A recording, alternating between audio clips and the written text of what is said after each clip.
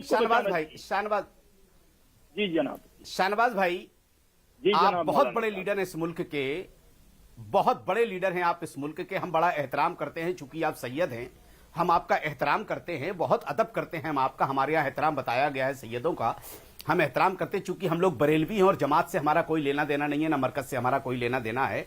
हम लोग बरेलवी मसलक से ताल्लुक रखते हैं, लेकिन सैयदों का एहतराम करते हैं। मैं सिर्फ आपसे एक बात जानना चाहता हूं कि क्या ऐसी इमरजेंसी आ गई थी कि अजीज डोभाल साहब को मौलाना साद से मिलना पड़ा या मरकज के लोगों से मिलना पड़ा? सीएम से मुलाकात नहीं हो सकती थी, सीपी से मुलाकात नहीं हो सकती थी, डीसीपी से मुलाकात नहीं हो सकती थी, सीधी एनएसए तक पहुंच गए? आखिर उसका रीजन क्या है? बस इतनी सी बात। और उसी दिन से मौलाना साद गायब है, तो ये कहां पता करें? दिल्ली पुलिस से पूछें, मरकज वालों से पूछिए, अजीज डोभाल साहब से पूछें। देखिए मौलाना साहब, मैं तो आपसे कहता हूं कि मसलक की लड़ाई तो बाद में हो जाएगी। ये सही है कि मैं जानता हूं आप बरेलवी हैं और मैं भी एक हजरत नसीरुद्दीन चिराग देहलवी रहमतुल्लाह अलैह के खानदान से निस्बत रखता हूं।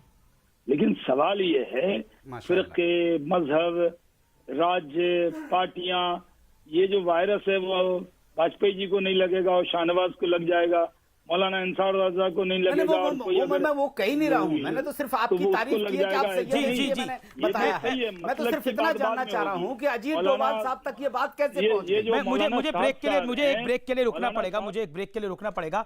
मैं ब्रेक के बाद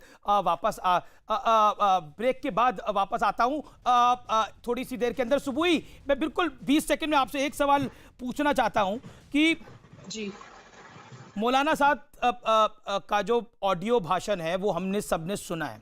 मैं अगर उसको दोबारा प्ले करूंगा तो व्यूअर्स उसको दोबारा सुनेंगे जी।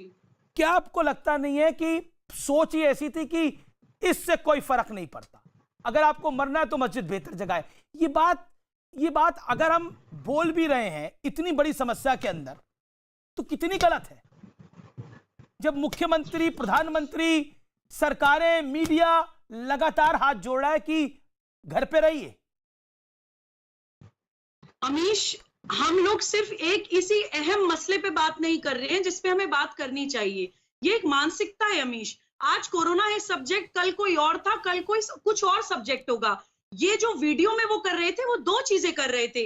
एक तो वो एक बहुत बड़े तबके को, एक स्पेसिफिक कम्युनिटी को मास सुसाइड के लिए और जेनोसाइड करने के लिए वरगला रहे थे, और दूसरा से एक इलेक्टेड गवर्नमेंट के खिलाफ जंग छेड़ने के लिए उकसा रहे थे।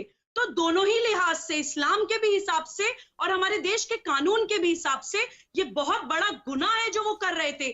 हमें इस मानसिकता के खिलाफ लड़ना है, क्योंकि ये इस कम्युनिटी को हमेशा इस देश के खिलाफ खड़े रखना चाहते हैं। क्या सुबुई जी, इसीलिए अजीज डोभाल साहब गए थे उनके पास? क्या कर रहे हो? ये समझाने गए थे? अजीज डोभाल साहब से थोड़ा पहले आएंगे आप, मौलाना साहब की वीडियो के बारे में बात करेंगे। पहले क्या आएंगे आप? जो समझाने की आप पॉलिटिक्स करे चले जा रहे हैं, पॉलिटिक्स करे चले जा रहे हैं। अच्छा, इसीलिए गए थे डोभाल साहब? बात नहीं करेंगे जो हमेशा इस देश के खिलाफ खड़ी रहती है। मध्यस्थता आप कर रही थी, छोड़िए, बीजेपी छोड़िए, ये मानसिकता हमेशा इस देश के खिलाफ खड़ी रहती है, हमेशा मानवता के खिलाफ खड़ी रहती है। उस मानसिकता के खिलाफ आप कुछ नहीं बोलेंगे। और अगर आप सुनना ही चाहते हैं तो सुनिए, आपके इन तबलीगी जमात के 3 टेरर अक्यूज लंदन बॉम्बिंग्स में 2005 में और 2017 में पकड़े गए। नाम भी बता दो, मुझे मत सुनाइए, दिल्ली पुलिस को सुनाइए। मोहम्मद सिद्दीकी खान, शहजाद तनवीर, इसी तबलीगी जमात के।